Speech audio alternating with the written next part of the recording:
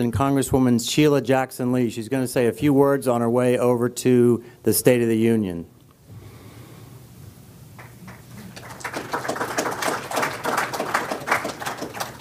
Big supporter of high-speed rail. I'm being brief.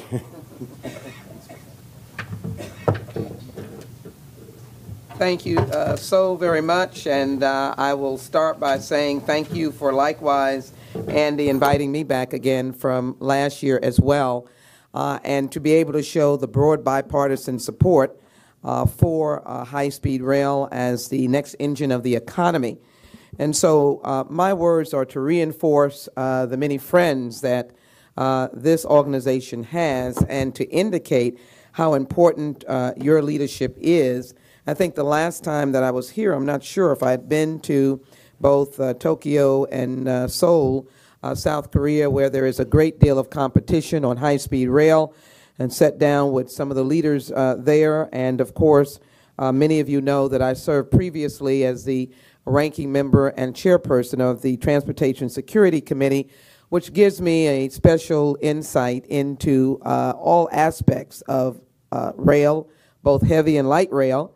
That includes the concept of security, which is something that is extremely important. But if I can capture very briefly for you, high-speed rail in its expansion will come into fruition because there are organizations like USHR. And your advocacy needs to include your recognition about how America thrives. It thrives when we invest in opportunities, whether it be a public-private partnership or that it's publicly funded. As Mr. Micah mentioned, the Second Street project in New York, I remember going there. It seems like almost a decade ago. Rail in any form is not a short-term project. And in the state of Texas, I remember a number of individuals long gone. Governor Conley, who was a strong supporter of high-speed rail. In fact, I had the privilege of engaging with his team as we then, some many years ago, talked about high-speed rail in Texas. We've come now full circle, and I was able to secure, sounds like really seed money, and it is, because we have some opponents and naysayers about high-speed rail. In fact, when Governor Conley was working, those were the days when we did not have the collaboration of our airlines. Today, I think we've made progress, and we need to keep those doors open in terms of talking to airlines that do short travel, such as in both the Northeast Corridor and in a big state like Texas, that in actuality high-speed rail can be the appropriate partnership. And so as Secretary LaHood was looking for distribution of funds that Florida rejected some years ago, I was able to secure a $15 million seed money investment in encouraging the thinkers about high-speed rail in Texas to keep going.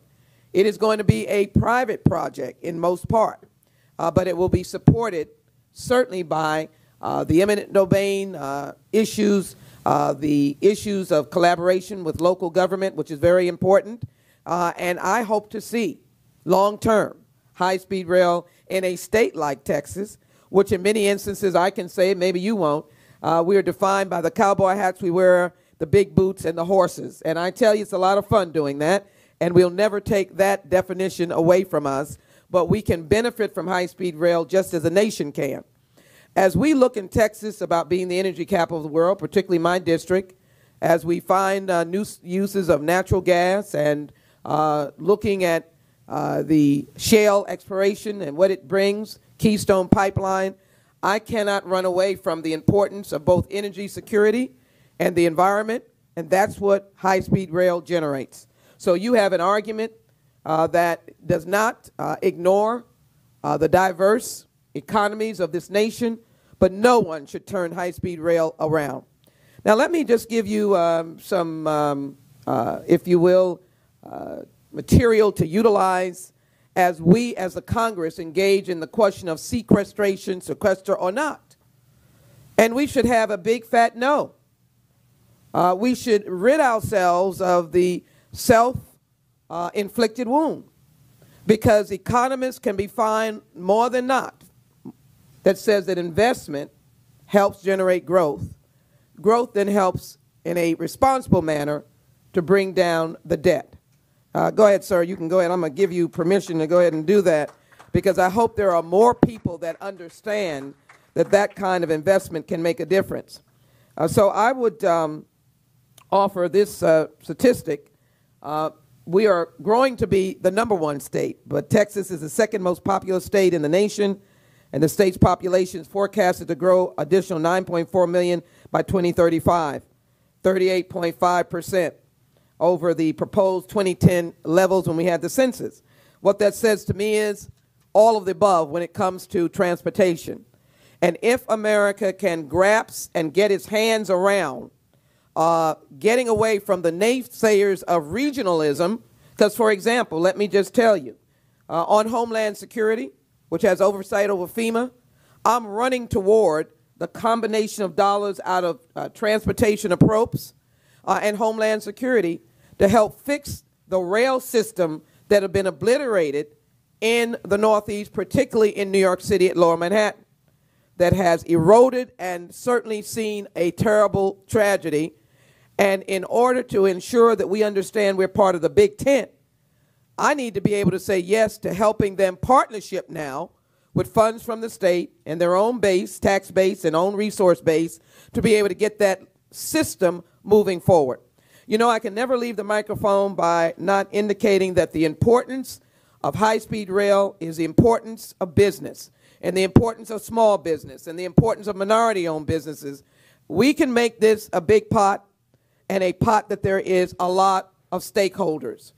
And in this room today, I want to personally thank you for coming again to be present in a room that speaks specifically to U.S. high-speed rail. We're overdue.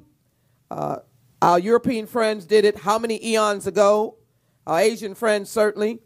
We realize that new technology is already hitting in Asia and already online.